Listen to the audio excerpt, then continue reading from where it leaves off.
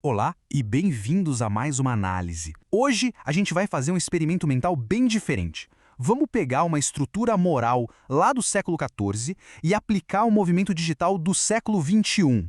Usando o Inferno de Dante Alighieri como nosso mapa, vamos investigar uma questão teológica que, olha, conecta o passado e o presente de um jeito surpreendente. Então, a grande pergunta que vai guiar a nossa conversa é essa. Dentro daquela arquitetura super detalhada do Inferno de Dante, qual seria o destino final para o arquétipo que lidera e, claro, lucra com a ideologia Red Pill? É uma investigação que mistura literatura medieval com sociologia digital. Vamos nessa! Pensa só, de um lado a gente tem o Inferno de Dante, que é basicamente uma obra-prima, quase um código penal para a alma, com tudo bem definido. Do outro, a manosfera, uma subcultura da internet com suas próprias regras, seu próprio vocabulário, sua própria visão de mundo. O que acontece quando esses dois universos colidem? É o que a gente vai ver. Mas antes de continuar, um aviso super importante. Isso aqui é um exercício literário, tá? É hipotético. O nosso foco é na ideologia, no arquétipo e não em pessoas específicas. Até porque, na teologia de Dante, só um poder divino pode, de fato, julgar a alma de alguém. Então, o que a gente está analisando aqui é o pecado, não o pecador.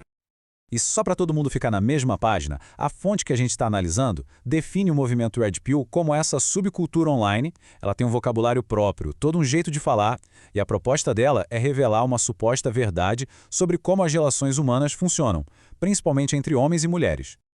Ok, para a gente conseguir encontrar o lugar de alguém no Inferno de Dante, a primeira coisa é definir qual é a transgressão. E não é só o ato em si, sabe? É a intenção, o método por trás dele. Então, qual é, na essência, o pecado que está sendo colocado sob a lupa aqui? A análise resume a ideologia em 4 pilares principais. Primeiro, um determinismo biológico bem cínico, que reduz as relações a simples transações. Segundo, o uso de uma linguagem que parece científica para justificar o ressentimento. Terceiro, a comercialização da ansiedade, ou seja, vender soluções para a insegurança que a própria ideologia ajuda a criar. E por último, o pilar que é considerado mais grave, a promoção ativa do antagonismo entre homens e mulheres. E essa citação da análise, olha, ela é a chave de tudo. O pecado aqui não é o da incontinência, como a luxúria ou a raiva, que são aquelas paixões que dominam a razão. Não. Pelo contrário, aqui a razão é usada para estruturar, para encenar e para sistematizar o ressentimento. É um pecado totalmente calculado. É uma ideologia, não um simples impulso. Agora, o que é bem legal nesse slide é como ele mostra a lógica de Dante de forma visual. A alta presença de coisas como sistematização, motivação de lucro e dano social tira o pecado dos círculos de cima do inferno. Não é falta de autocontrole, não é violência direta.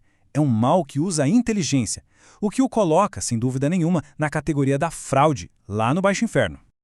E é assim que a nossa investigação nos leva para dentro dos muros da cidade de Dite, direto para o 8º círculo do inferno.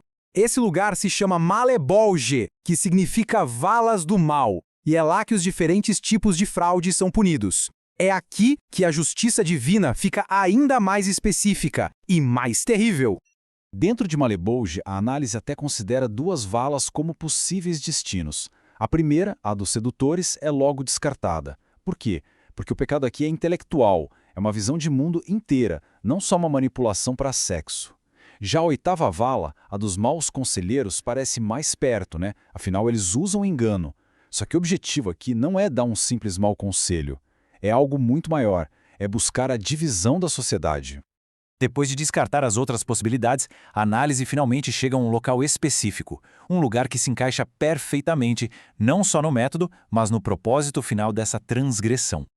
O destino final, segundo esta análise teológica, é a 9ª vala, o lar dos semeadores de discórdia. O crime aqui não é só enganar, é usar o engano para rasgar, para separar o que deveria estar unido. O pecado central, a palavra-chave aqui, é cisma.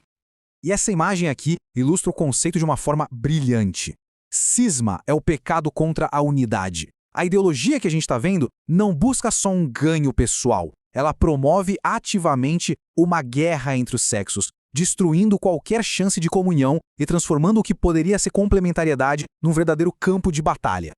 Dante divide os cismáticos em 3 tipos, e a análise argumenta que este arquétipo comete todos os 3. O cisma ideológico, ao criar uma seita de despertos, o cisma social, ao pregar essa guerra dos sexos, e o mais grave de todos, o cisma familiar, que ataca a união entre homem e mulher, a própria base da sociedade.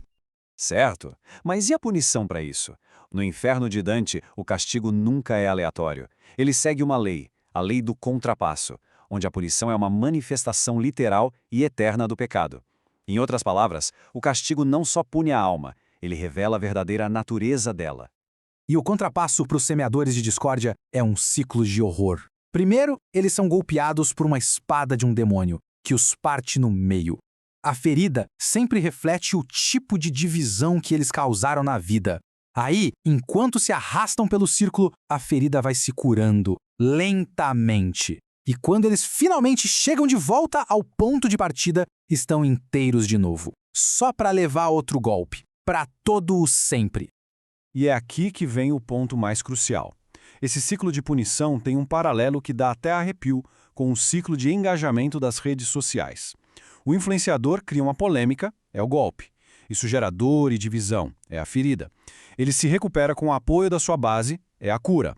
E aí retorna para criar mais discórdia. O algoritmo do inferno, nesse caso, reflete perfeitamente o algoritmo da internet. E para fechar, o castigo destrói completamente a imagem que eles cultivaram em vida. Aquela persona do homem no controle, o alfa que domina tudo, é substituída pela visão de um corpo quebrado, impotente, andando numa procissão de miséria. A punição simplesmente revela a desintegração interna que eles promoveram do lado de fora. Isso tudo nos deixa com uma pergunta para a gente pensar. A análise aplicou a lógica de Dante a um fenômeno bem específico, mas a estrutura que ele criou é universal. Se a gente olhar para o mundo hoje, que outras ideologias, tanto na internet quanto fora dela, baseiam seu poder não na união, mas justamente na arte de semear a discórdia. A Nona Vala de Dante talvez esteja bem mais populosa do que a gente imagina.